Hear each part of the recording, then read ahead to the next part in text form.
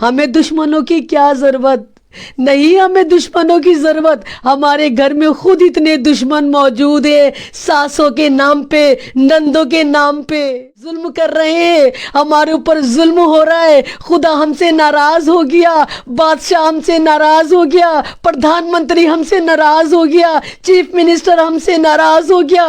कोई नाराज़ नहीं हुआ हमसे, हमारा खुदा नाराज़ हो गया, क्योंकि हमने अपने खुदा को भूल दिया, हमने अपने खुदा की तालीमात को छोड़ दिया, हमने कलाम पाक की तालीमात को नज़रअंदाज कर दिया, हमने इस्लाम के उस पहलू को नज़रअंदाज कर दिया जो हमें इंसान बनाता है, मोमिन कामिल बनाता है। नहीं कहता मेरा कलाम पाक, मेरा कलाम पाक क्या कहता है? सहाबा इकराम की ज़िंदगी उठाकर देखो, क्या करते थे सहाबा इकराम? अगर कहीं जा रहे होते थे, वहीं खड़े खड़े निकाह हो जाता था। क्या हुक्म है इस्लाम में औरतों के लिए, लड़कियों के लिए, निकाह के लिए, कि अगर आपके मकान के नीचे से फजर के वक्त कोई नौजवान जा रहा हो और आपके घर में बेटी हो, अगर वो नौजवान सही हो तो उससे निकाह कर दीजिए।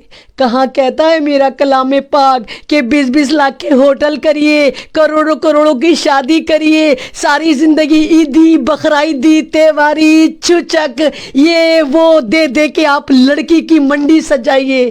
कहाँ कहता है कलाम पाक?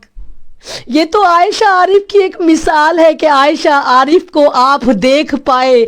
पता नहीं कितनी आयशा आरिफ होती होंगी जो लुक़्मा अजल बन जाती होंगी इन जहेज़ के भेड़ियों की वजह से। हमें दुश्मनों की क्या ज़रूरत नहीं, हमें दुश्मनों की ज़रूरत। हमारे घर में खुद इतने दुश्मन मौजूद है, सासों के नाम पे, नंदों के नाम पे।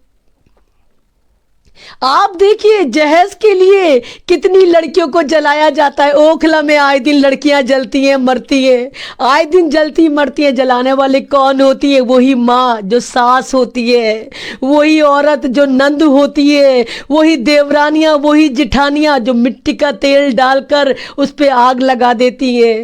ये कौन सा मजहब है हमारा? हमारा कलाम पाक ये कहता है, हमारे मोहम्मद सल्लल्लाहु अलैहि वसल्लम की ये तालीम थी, ये तालीम थी हमारी। तो कौन सी तरफ हम जा रहे हैं, कौन सी तरफ अपने समाज को लेकर जा रहे हैं, कौन सी तरफ अपनी बेटियों को लेकर जा रहे हैं?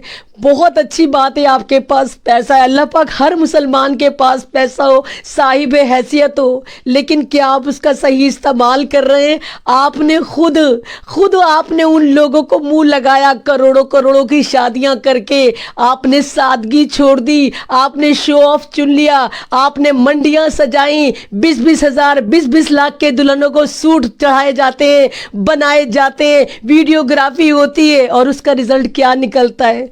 जो गरीब समाज की लड़कियां होती हैं वो घर बैठी बैठी बूढ़ी हो जाती है, उनको कोई भी आने नहीं आता, क्योंकि सबका जो स्टैंडर्ड होता है, अगर रक्षा वाला भी होता है तो वो ख्वाब देखता है मलका का, वो ख्वाब देखता है उस स्विट्जरलैंड की तिजोरी का जो उसके घर में बहू बनकर आएगी, दुल्हन बनकर आएगी, सारी जिंदगी उनका पेट भरेगी, उनको भर भर के लाके जहेज देगी, कभी ईदी के नाम पे लाएगी, कभी बकराईदी के नाम पे लाएगी, बच्चा वो पैदा करेगी, छुचक घर से आएगा।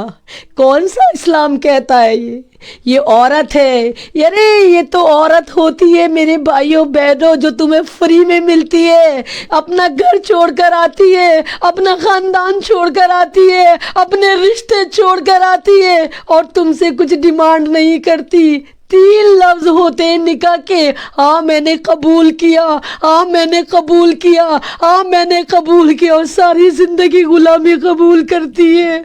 उसकी ज़िंदगी में कोई हॉलीडे नहीं आता, कोई संडे, कोई सैटरडे नहीं आता।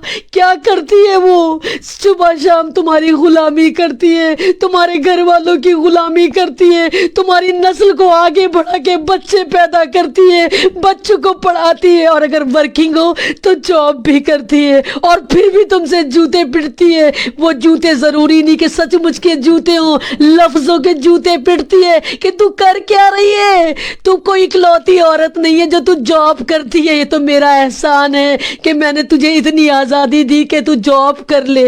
यानी वो औरत जो कमा कर ला रही है, उस पर भी शौहर की देखिए कितनी ज़बरदस्त एहसान मंदी होती है कि ये तो मैंने तुझे आज़ादी दी, तो वो पैसा कहाँ खर्च करती है? वो पैसा शौहर लेता है, उसके बच्चे लेते हैं, ससुराल वाले लेते हैं। एक औरत 3 जिम्मेदारी अदा करती है, ऑफिस भी देखती है, घर भी देखती है, लोगों को भी देखती है, और फिर भी